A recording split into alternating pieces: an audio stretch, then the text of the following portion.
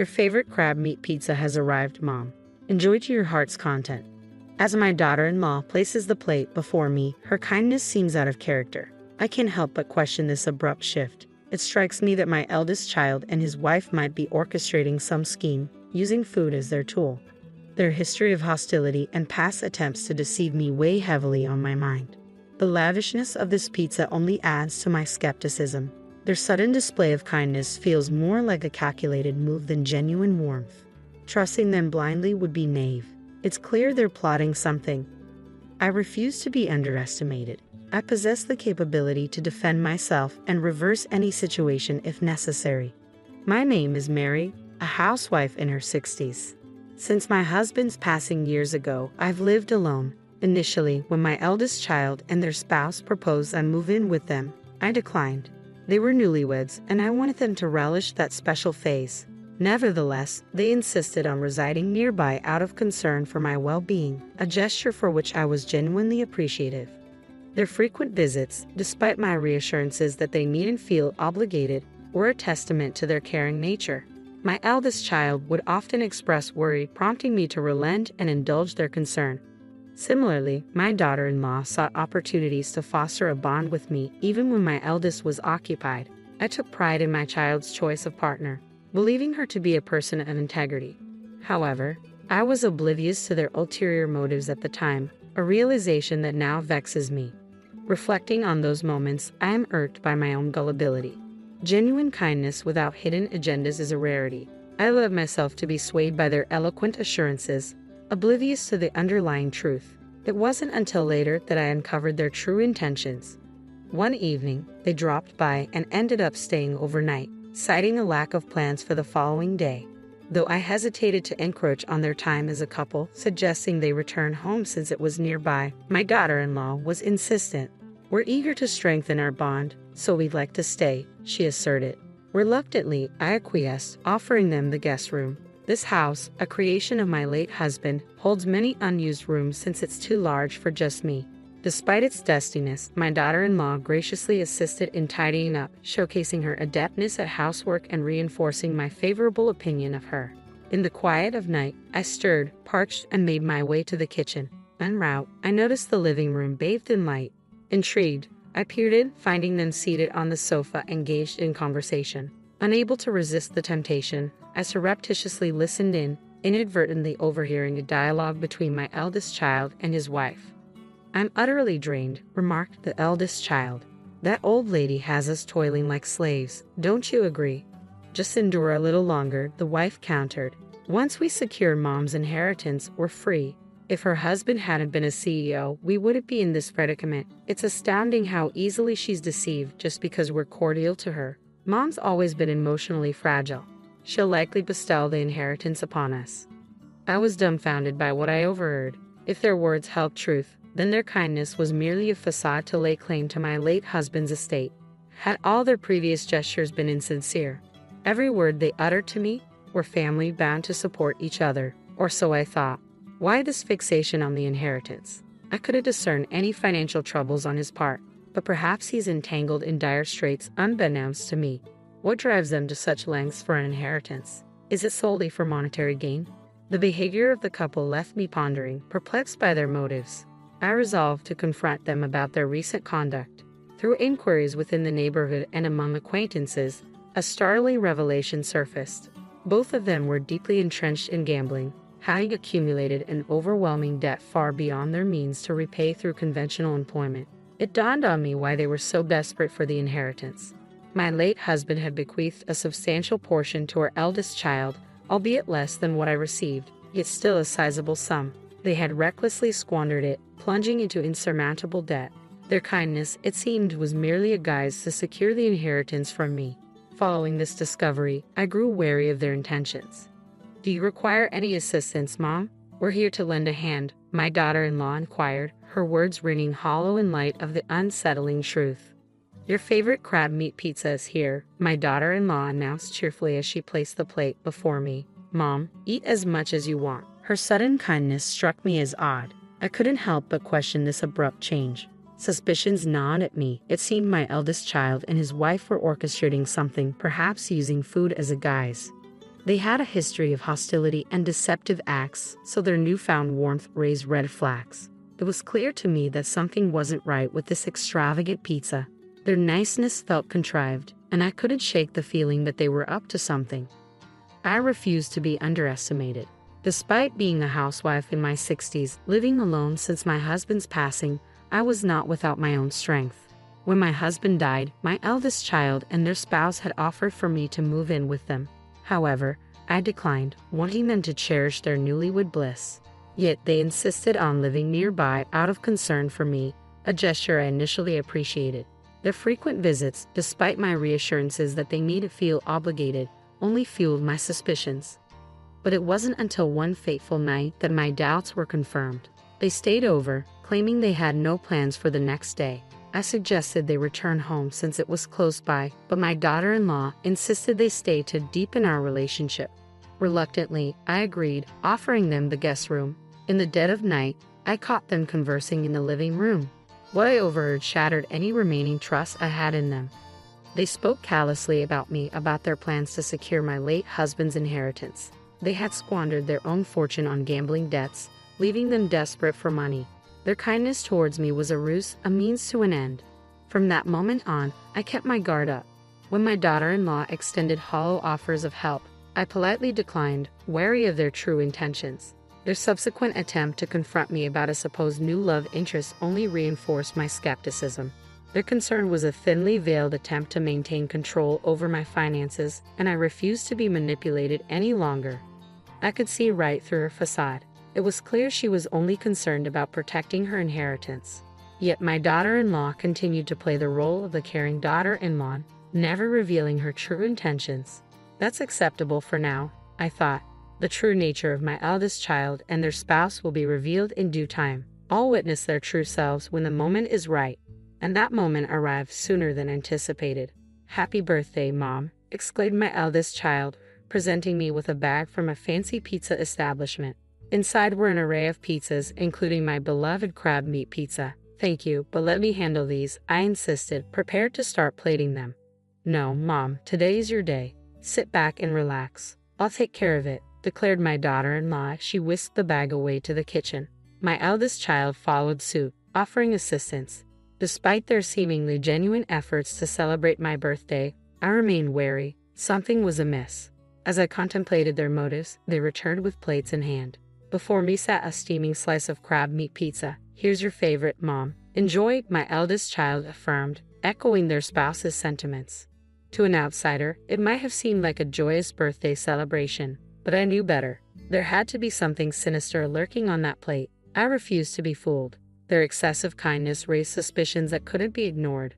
With my husband no longer by my side, I understood the importance of protecting myself. I vowed never to place my trust in them again. They would soon rue the day they attempted to deceive me. "Well, it certainly appears appetizing, but my tastes have evolved recently. I find myself drawn to the foie gras on your plate," I remarked, reaching for my eldest child's dish. They tried to intervene, but I feigned ignorance, questioning, "Is there a problem? You know, I've developed a newfound appreciation for foie gras. And if memory serves, you used to enjoy crab meat too, didn't you?" I suggested we share both dishes, observing the sudden pallor that washed over my eldest child's face. It was evident that they had schemed to manipulate me by tampering with my favorite pizza. Their reluctance to indulge confirmed my suspicions. "But it looks so tantalizing. Won't you have a taste?" I prodded, watching as their facade crumbled under the weight of their deceit. With resolve, I reached for a slice of the crab meat pizza and offered it to my eldest child. Reluctantly, they took a bite, their expression tense as if anticipating the aftermath. Daughter-in-law glanced at them, her concern evident in the pallor of their face. "You seem a bit off color. Perhaps the pizza didn't agree with you, Mom," she suggested, her voice tinged with apprehension. "Considering how your husband is feeling, maybe it's best to call it a night and prepare something different," she added, her panic palpable. Sensing daughter-in-law's desperation to end the meal, I countered, "But your son doesn't appear well either. It's safer for you to stay the night." Despite her attempts to deflect, insisting they leave, her words faltered, betraying her desire to depart. It was clear she was eager to make a swift exit. I always thought that for a couple attempting to deceive others, they're remarkably inept liars. They unravel at the slightest hint of unpredictability. I mused to myself as I observed my eldest child. Suddenly, something peculiar occurred. After a few moments, with a resounding thud, they collapsed to the ground. As I approached, I realized they were deeply asleep, likely drugged with a sleeping pill. Oh, couldn't keep your eyes open, could you? Must have been exhausted, I remarked, tilting my head in feigned innocence. Daughter-in-law's frustration boiled over. Enough. Why won't things go according to plan? Today was supposed to be crucial, she exclaimed, slapping my eldest child's cheek in a futile attempt to rouse them. But they remained unconscious, oblivious to her distress. I stood in stunned silence as daughter-in-law's facade crumbled before my eyes. Disregarding my presence, she began to confess. I'd been pretending to be the dutiful daughter-in-law, all in hopes of securing the inheritance to clear our debts. Today was meant to be the final step.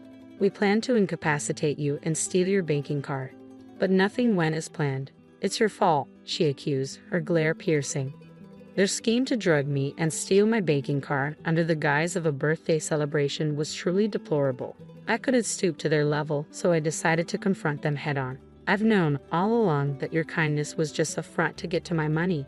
That's why I kept my distance and declined your offer of pizza, I revealed, watching as daughter-in-law's expression shifted from shock to disbelief. It was clear she had underestimated my awareness of their deceit.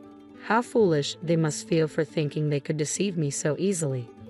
Sorry to burst your bubble, but I'm not as naive as you both seem to think, I continued, a hint of scorn in my voice. Your sudden displays of kindness always struck me as suspicious, and I even overheard your conversation about the inheritance when I stayed over, discussing your plans in the target's own home.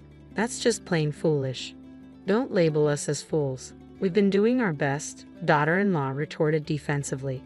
If this is your best effort, then it's no wonder you're drowning in debt, I countered sharply, watching as daughter-in-law's expression shifted with discomfort at the mention of the word debt. And you know about the debt too. How much do you know? It was evident that daughter-in-law hadn't anticipated my knowledge of their financial woes. Her anxiety was palpable at the mention of their debt. I did some digging and discovered the extent of your gambling debts. It was quite a shock to find out. You've managed to accumulate quite a substantial debt, I stated matter-of-factly, noting the growing pallor of daughter-in-law's face. She must have realized there was no escaping the truth. Mom, I'm truly sorry. Please forgive us. We're struggling to make ends meet. Can you lend us some money? We'll repay you, daughter-in-law pleaded earnestly, her once confident demeanor now replaced with desperation. Even in her distress, she continued to seek financial assistance. It was disheartening to realize that, to her, I was merely seen as a convenient source of support. I'm sorry, but I won't be giving you a single cent. I can't trust individuals like you to fulfill your promises, I responded firmly, refusing to yield to her pleas. You need to take responsibility for your actions. Daughter-in-law's demeanor shifted to one of resignation at my words. Though visibly disheartened, she seemed to comprehend my unwavering stance and refrained from asking for money again. Following that confrontation, my interactions with my eldest son and daughter-in-law gradually waned. They ceased visiting, barely maintaining any communication. Surprisingly, when those days arrived, I didn't experience loneliness as I had expected. Instead, I felt a sense of liberation, free from the shackles of deceit. Eventually, my eldest child and daughter-in-law relocated. According to neighbors, they were escorted away by dubious individuals, likely unable to settle their debts and forced to flee to a distant state. Perhaps they now endure harrowing circumstances, plagued by the consequences of their actions. Yet such matters are no longer my concern. We are estranged, our ties severed. I bid farewell to this tumultuous chapter, confiding in my late husband's photograph. His expression seemed to exude a sense of relief, as if acknowledging the closure of a fraught period. My sole family now resides in the memory of my late husband, the one who steadfastly stood by me. Though life is fleeting, I am determined to embrace it with strength, cherishing the cherished moments shared with my husband. My name is Mary, a 35-year-old employee. I was born with a weak constitution, often catching colds and missing school. Perhaps due to this, I didn't have many close friends. Even in middle school, my frailty didn't change. Classmates who didn't like this often approached me, saying, "Hey, you're supposedly sick and missing school, but in reality, you just want to play hooky, right? It must be nice having it so easy." We can't take off because our parents are strict. Honestly, I was envious. Being spoken ill of like that was a usual occurrence. I often came back home feeling hurt and wounded by the heartless words of my classmates. I felt as if there was an invisible wall between me and my classmates, making my middle school days particularly difficult. As an adult, I couldn't easily miss work for a minor fever, so I always put work first, even if it meant pushing myself. Especially as a new employee, my training supervisor was extremely stern. He constantly said things like, "Illness comes from the mind, show some spirit." So keeping up with it was quite a struggle. As my days were consumed by work, I noticed my peers getting married and becoming happy. It made me realize that I was reaching that age too. However, I never felt a rush to get married. I believed I would never find a kind person who would want to marry someone with my health issues. But life is unpredictable, and unexpectedly, a man who invited me out for a meal appeared out of the blue. This person is my husband, Thomas. "Hey, looks like you're finishing up for the day, right? If it's all right with you, would you like to grab dinner together?" Thomas was an elite, a graduate of a prestigious university, and was considered a future head of the department. He was not only competent at work but also cooperative and trusted by everyone around him. He had a personality completely opposite to my introverted one. I was surprised when he suddenly invited me to dinner. At first, I didn't even realize he was talking to me and thought he must have mistaken me for someone else. However, it seemed he was indeed inviting me, which even left me blurting out, "Ha!" Thomas was quite popular with the female employees because of his personality and good looks. It was a mystery to me why he was still single. Yes, I'm almost done with my work, so that would be fine. In the end, I couldn't refuse his invitation, so I went along for dinner. But this meal became the catalyst for the two of us to grow close quickly. He was very friendly, and the conversation flowed naturally. It was the first time in a long time I had been able to laugh and talk with someone other than family. Although I had to head home because of work the next day, I found myself wishing I could spend more time with him. We started spending more time together after that meal, and 3 months later, we began dating. Considering our ages, we decided to marry. A year after we started dating, we found a small apartment near the train station and moved in together. I never imagined I'd get married and truly believed I was about to start a happy life. I never expected this marriage to be the beginning of a nightmare. Shortly after getting married, he gradually began to reveal his true nature. After our marriage, I switched jobs and started working at a different company. It was a company with many female employees. During the interview, when I mentioned my health issues, they reassured me that with so many women working there, I shouldn't worry. Today, I was able to take a day off due to their understanding. "Hey, why are you sleeping? The head of the household is back. Shouldn't you welcome me home? You're so dumb." As soon as I got home, he came into the room with a sulky face, seemingly displeased that I hadn't greeted him. "I'm sorry. I was feeling unwell today and took the day off from work. I'm about to make dinner. Why don't you go take a bath first?" Upon hearing these words, Thomas, who was already in a bad mood, said, "Ha! You're just starting to make dinner now? When a husband comes home, it's obvious that dinner should be ready. Are you lying about being sick just because you want to skip household chores? You're such an incorrigible woman." His words reminded me of what my classmates used to say to me back in my school days. They would often say I was skipping class under the guise of being sick. Their words would always hurt my heart, but even when I was feeling sick, Thomas never helped with the chores. Instead, he treated me like a housemaid. Then one day, a certain incident happened. I felt particularly bad that day, with a fever exceeding 104 degrees and dizzy to the point where I couldn't even stand up. Ideally, Thomas should have taken me to the hospital, but instead, he grabbed his carry-on bag and walked straight out the front door without a glance at me. "Wait a minute, you're leaving me in this condition?" Shocked by his indifference, I couldn't help but shout, "It can't be helped. It was planned from before. Take care of the rest." With that, he really left the house. About 30 minutes after he left, my condition worsened. I called an ambulance myself and was taken to the hospital. My parents and my brother came rushing to the hospital as soon as they heard the news. While receiving an IV, I explained everything that had happened so far. As I spoke, both my parents' and brother's faces turned red. Leaving his sick wife behind to go on a trip, this behavior was unacceptable not only to my parents but also to me.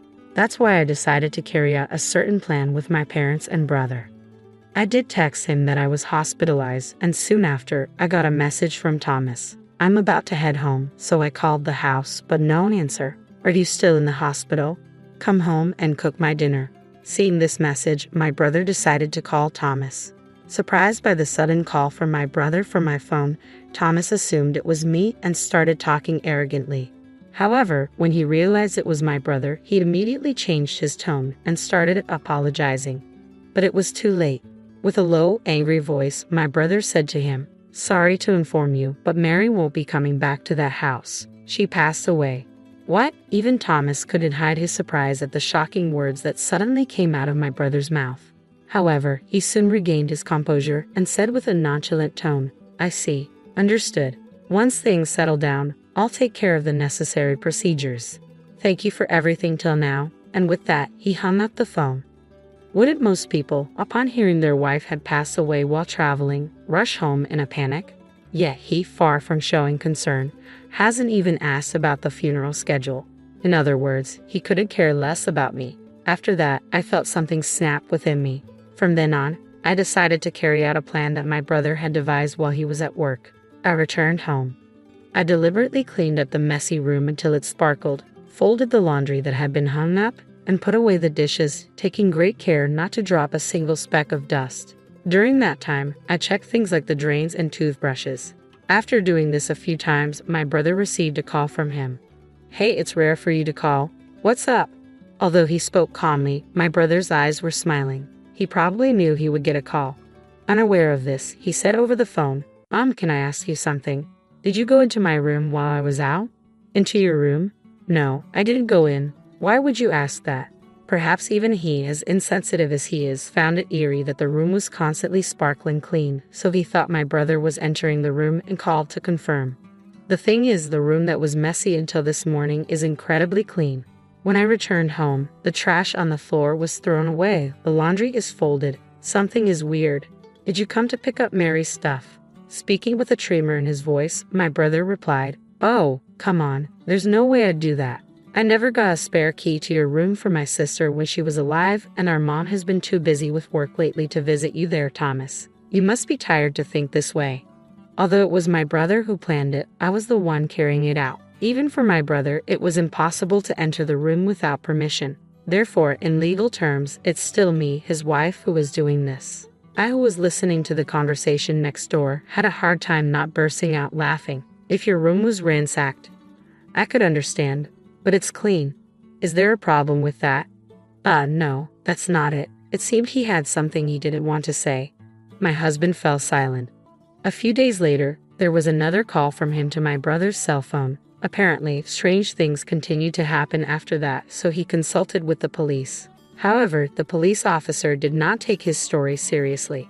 Because if things were missing, they could understand. But when he explained that the rooms were sparkling clean, the laundry was folded, they laughed and said, "Are you living alone? Maybe your mom came from your family home and cleaned up your room? Or did you forget that you cleaned up while you were drunk? Anyway, since nothing is missing, you should be grateful."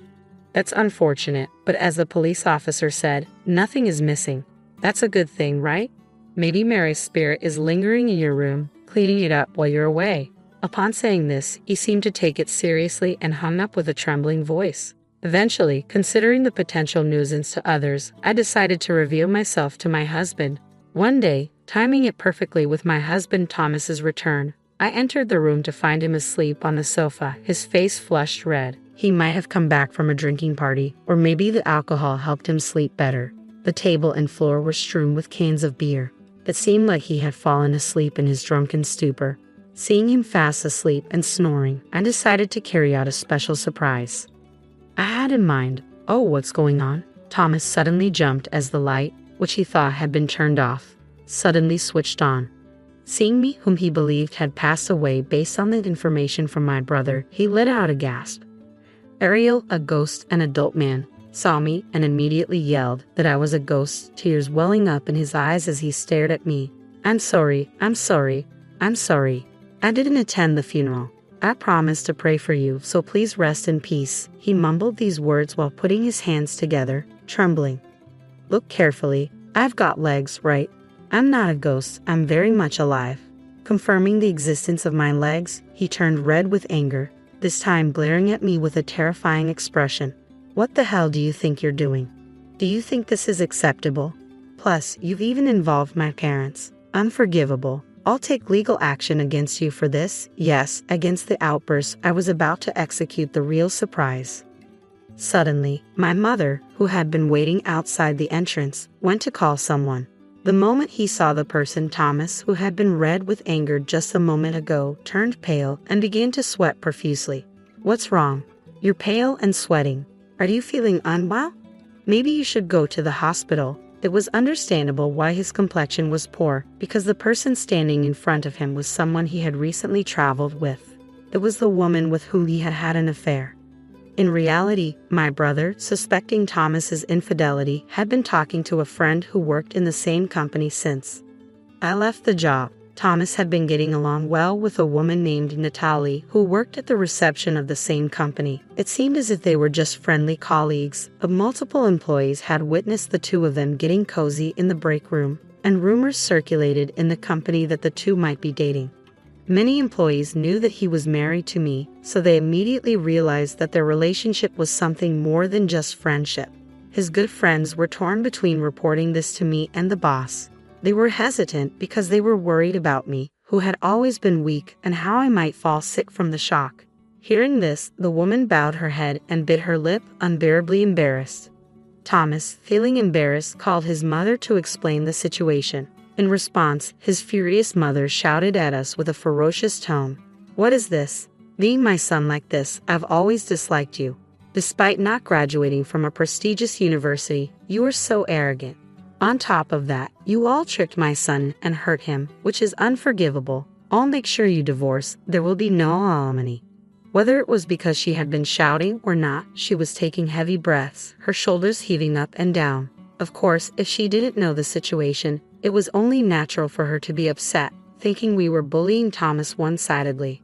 However, my father spoke calmly, explaining the whole situation to my fuming stepmother.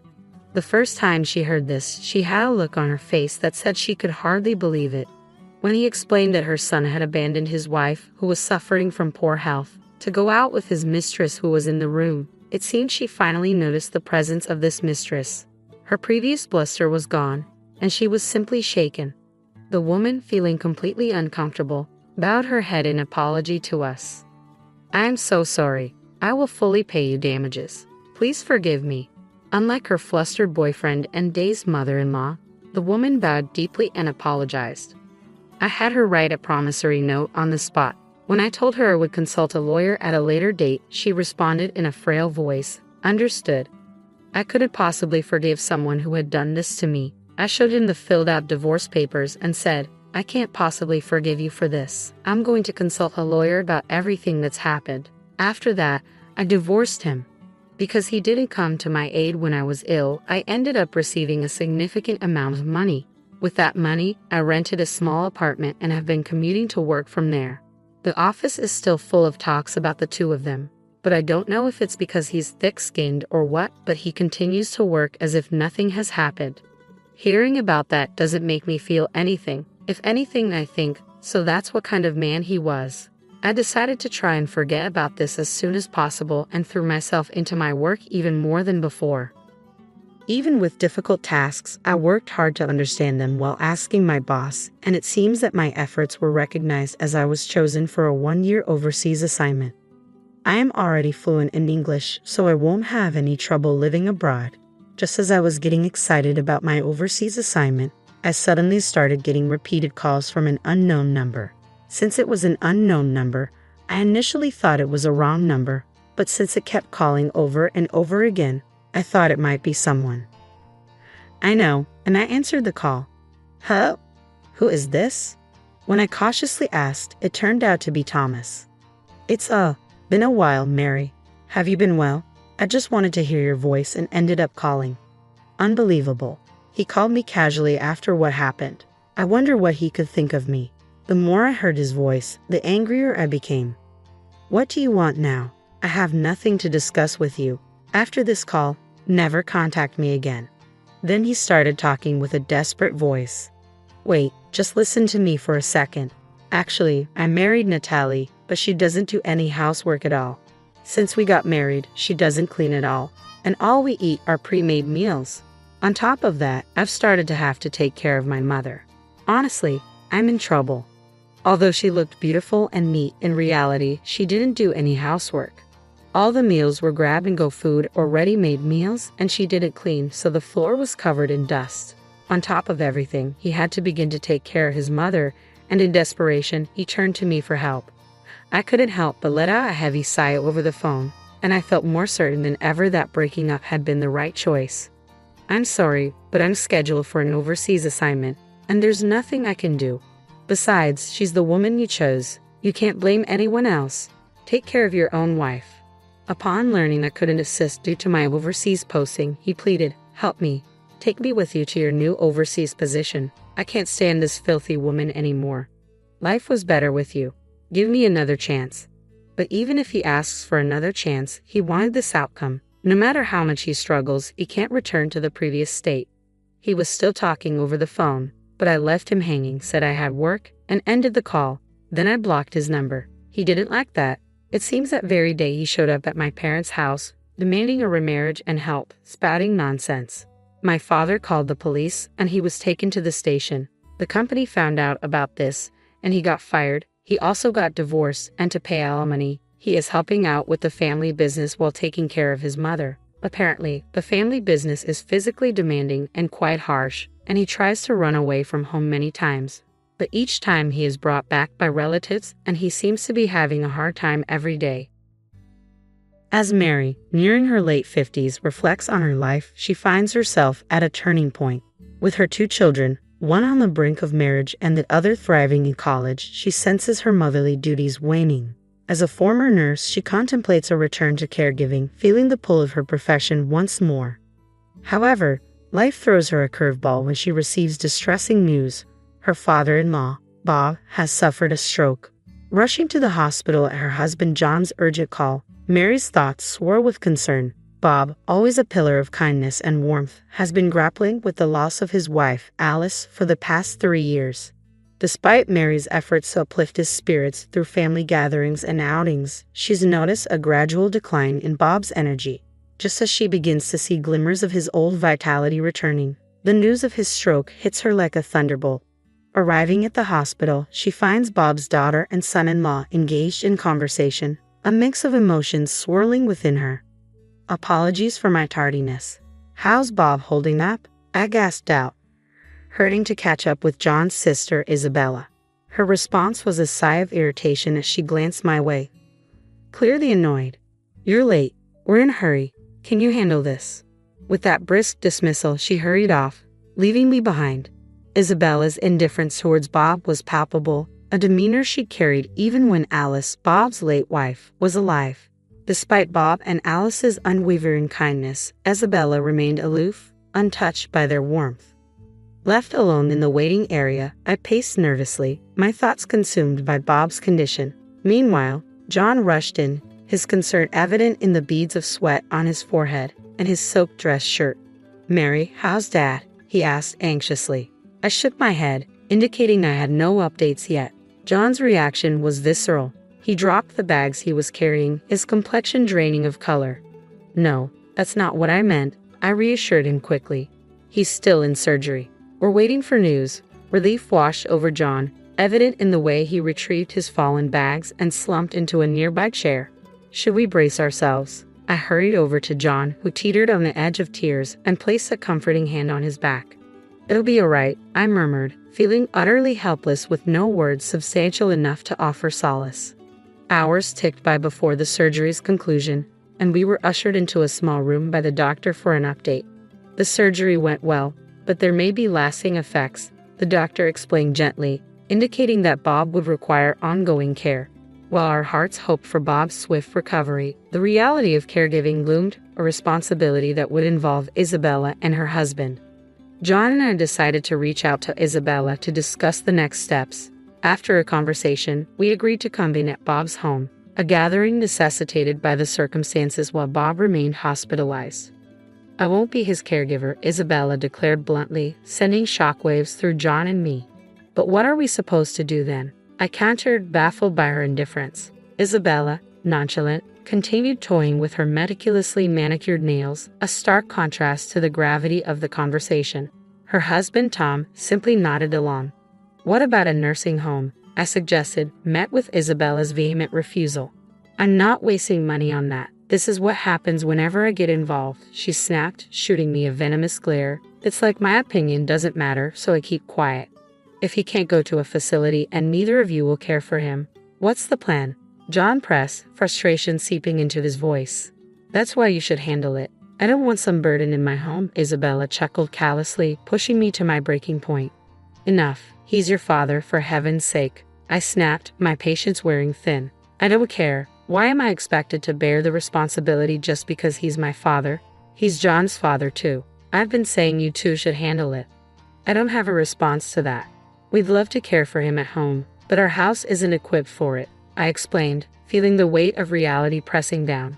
"There are too many obstacles, stairs, uneven floors. To bring my father-in-law here, we need significant renovations and we simply can't afford it." "Mary, you're trained in caregiving, aren't you? It shouldn't be a big deal," Isabella remarked smugly, her tone grating on my nerves. John shared my frustration, and we silently agreed to table the discussion for now, retreating from his parents' home. "What's our next move, Mary? You mentioned considering a return to caregiving," John inquired, his concern evident. "It's not just about the job. We have to make this place safe for Dad, and that's a financial challenge," I replied, trying to reassure him. "You're right," John conceded, acknowledging the daunting road ahead. "I estimate it could cost around $100,000. That's just a ballpark figure, but considering the modifications needed for the entire first floor to accommodate him, that's roughly what we're looking at," I mused aloud, grappling with the daunting financial reality. With our eldest still in college, we simply don't have that kind of money. We're still paying off the mortgage, and the thought of taking on another loan for renovations is overwhelming.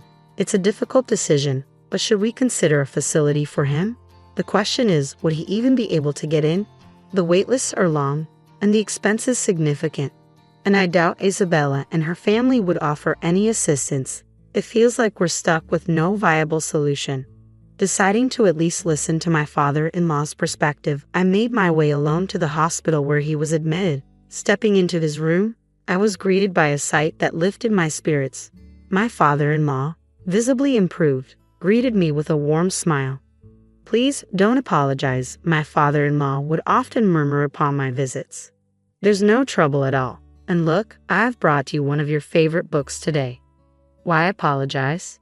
You're bringing me joy," I'd respond, trying to uplift his spirits. The doctor had informed us of his stroke, leaving him unable to move the right half of his body independently. To read, he'd prop the book on the table, using a weight to keep the pages steady. "Ah, thank you," my father-in-law replied gratefully, accepting the book I'd brought. I gently placed the book by his pillow. "Dad, I came today because I wanted to talk about what lies ahead," I began, meeting his warm smile with a heavy heart. "Oh, I understand. I'll be fine, even in a nursing home. I've prepared for it, so please don't worry," he reassured me, though I sensed a flicker of loneliness in his eyes. "Well, Dad, if you're open to it, why not come stay with us? I have experience in elderly care, and as a stay-at-home mom, I have the time. John will be there too. Let's live together," I blurted out, sensing his solitude. His surprise was evident, perhaps realizing deep down that returning to his own home, where Isabella and her husband resided, might not be feasible. I couldn't shake the feeling that they'd view him as a burden, ultimately leading to a nursing home. The thought weighed heavily on me, overshadowing my initial intention to listen to my father-in-law's wishes. There was a twinge of guilt toward my husband John, but I knew he'd understand. Now, we needed to arrange for his care upon discharge. Money was a concern, so I decided to seek Isabella's input. With these thoughts swirling in my mind, I made my way home. When John returned from work, I recounted the events at the hospital. He appeared troubled but nodded, almost as if he had anticipated this turn of events. Without delay, John dialed Isabella's number. "We're reaching out for assistance because we'll be the ones caring for Dad," John explained, his voice tinged with frustration as their conversation escalated. With a resigned sigh, he ended the call and briefed me on their exchange. "Isabella refused to contribute any funds. It seems there's little we can do about it," he disclosed, his concern evident as he contemplated the financial implications for his father-in-law. From then on, our home buzzed with activity. We deliberated over renovations, essential care supplies, and received guidance on home care options. When I informed my father-in-law that he'd be moving in with us upon discharge, his expression was a mix of gratitude and regret. "Mary, could you fetch the checkbook from over there?" he requested, gesturing toward a cloth bag on the shelf. Curious as to why he'd need it, I obliged, retrieving the checkbook during one of our visits. Observing my father-in-law, I watched as he opened the bank book and presented it to me. "I have some savings here. Could you and John make use of it?" The figure written in the checkbook was staggering, surpassing any amount I'd ever seen. Stunned, I must have appeared frozen, prompting my father-in-law to chuckle. "You and John will be looking after me now, won't you? I heard about the new car and the renovations to make the house accessible. Would $10 million cover it? $10 million. The zeros overwhelmed me, leaving me speechless. I couldn't fathom why my father-in-law had amassed such a fortune, but it seemed that after my mother-in-law's passing, he had turned to investments he had been studying, and they had proven lucrative. His savings had grown exponentially, fueled by his restrained spending habits. Yet even if he intended to renovate the house or purchase a car, the sum seemed excessive. Reluctantly, I returned the bank book, shaking my head. "I can accept this much. Please keep it for yourself." He pushed the book back toward me, insisting, "I can't possibly use all of this. I'd rather return it to you and your family, who are willing to care for me." Once again faced with the returned bank book, I stood my ground. "I really can't accept such a large sum," I insisted firmly. After a brief pause, my father-in-law proposed, "How about $1 million?" Realizing the impasse, I managed to negotiate a compromise, settling on a reduced amount of $100,000. Though he seemed reluctant, he agreed, and for the time being, that seemed satisfactory. As we were in the midst of this exchange, Isabella suddenly appeared, catching us off guard. Quickly, I stashed the bank book back in its place. Seeing my hurried actions, Isabella's brow furrowed in concern. "What's going on?" she inquired, her voice tinged with worry. I breathed a sigh of relief, grateful she hadn't overheard our previous conversation. Isabella had come to deliver some clothes for our father. After a brief exchange, we left the hospital room together. However, on our way home, Isabella suggested stopping by a coffee shop for a discussion. Given her history of bringing up unpleasant topics, I braced myself for what was to come. Reluctantly, I acquiesced, unaware of the twist awaiting us. "I'll take care of Dad," Isabella declared out of the blue, stunning me. Her sudden proposition caught me off guard, especially since we were already knee-deep in preparations to accommodate my father-in-law, including ongoing renovations to our home. I couldn't fathom why she would make such a proposal at this stage. "So you won't need to visit the hospital anymore," she added.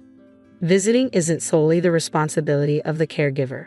There's no rule dictating that only the caretaker should visit." Why would she say that? I pondered, feeling perplexed by Isabella's unexpected offer. Despite my reservations, I suggested we postpone discussing it further and made my exit from the cafe. Back at home, I shared the encounter with John, who mulled over it before a realization dawned on him. "She must have caught wind of the savings," he concluded. "It seems that's the case," he added. "Otherwise, she wouldn't have volunteered for the caretaking role, especially given her previous reluctance." I harbored a vague suspicion that Isabella had somehow discovered the extent of my father-in-law's savings and was angling to secure a share of it for herself. Perhaps she would concoct a reason to start dipping into the funds. "But what do we do about it?" I queried, feeling a sense of unease. "I've got an idea. Let's give her a chance," John suggested with a mischievous grin, hinting at a plan brewing in his mind. Uneasy about his scheme, I opted to stay silent and play along with Isabella's request for the time being. I assured my father-in-law that financial concerns were no longer an issue and that Isabella would be providing care. His response was vague, his expression neither confirming nor denying his comprehension. With that, the conversation concluded. Following his discharge from the hospital, my father-in-law returned to the family home in Nebraska, where Isabella resided. During a visit to the house, I couldn't discern any signs of renovation or adequate caregiving supplies. I questioned whether genuine caregiving could take place under such circumstances. However, it was Isabella's decision, and I felt it wasn't my place to intervene, so I remained silent. 2 months later, I received a frantic call from Isabella. "Mary, I can't do this anymore. Please come over right now," she pleaded urgently. Concerned, I wasted no time and rushed to the house in Nebraska. Upon my arrival, I was greeted by a disarrayed house and a foul odor lingering in the air. Puzzled by the scene before me, Isabella emerged, looking more worn out than ever. Dark circles shadowed her eyes, and her movements were unsteady. "Are you all right?" I asked, rushing to her side, alarmed by her condition. Isabella grasped my hand tightly and muttered, "Get rid of that." Confused at first, I managed to calm her down and coax an explanation out of her. It appeared that she had underestimated the demands of caregiving. From assisting with mobility and meals to managing incontinence, including dealing with diapers, the responsibilities had overwhelmed her. She felt incapable of managing anything, not even attending to her own needs. I reassured her that I couldn't make any immediate decisions but promised to reach out as soon as possible. With a heavy heart, I carried this burden home with me. "It's been 2 months already." "Impressive," John remarked, glancing at the calendar. It seemed he had anticipated this turn of events. He suggested we pick up my father-in-law on his next day off, and I readily agreed. A few days later, as we arrived at the family home in Nebraska, my father-in-law was already packed and prepared to depart. Relief washed over me knowing we could finally bring him home. Just because I endured for 2 months and used to live here doesn't mean I don't deserve compensation. "I think $5 million sounds fair," Isabella declared suddenly as we were assisting my father-in-law into the car. I froze in disbelief. John, too, was taken aback, turning to face Isabella with a mixture of surprise and dismay. But she remained unfazed, sporting a smug expression. "Isabella, what on earth are you talking about? This isn't the time or place to discuss money, especially not in front of Dad. Remember, he raised us," John reasoned, attempting to appeal to her sense of decency, but his words seemed to fall on deaf ears. "I'm his daughter. It's only fair that I get compensated," Isabella retorted defiantly, her audacity catching me off guard. How could she be so brazen? Appalled by Isabella's attitude, I couldn't hold back. "Isabella, discussing money in this manner is completely inappropriate. Besides, you've already received funds," I interjected, my father-in-law echoing my sentiment with a disbelieving expression. "That's all gone now. Just $5 million. What's the harm in that? If you're just going to squander it away, you might as well put it to good use." Isabella's callous words towards her own father left me speechless. Even my typically composed husband John was visibly enraged, his face flushing red with anger as he glared at his sister. "John, it's all right. She's stating the truth." Bob, my father-in-law, attempted to calm his incensed son. Then, turning to Isabella with a stern demeanor, he delivered his verdict. "Isabella, you are no longer welcome in this house. Leave immediately." His tone was cold and final. Stunned by his words, Isabella stood frozen in shock. What? What are you saying?" "I'm your daughter, Dad," Isabella exclaimed in disbelief. "I have only one child, my son, and this woman beside me, Mary, is my daughter-in-law.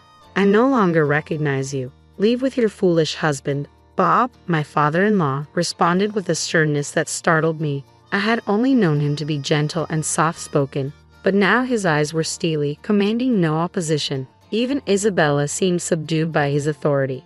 "Shall we depart then?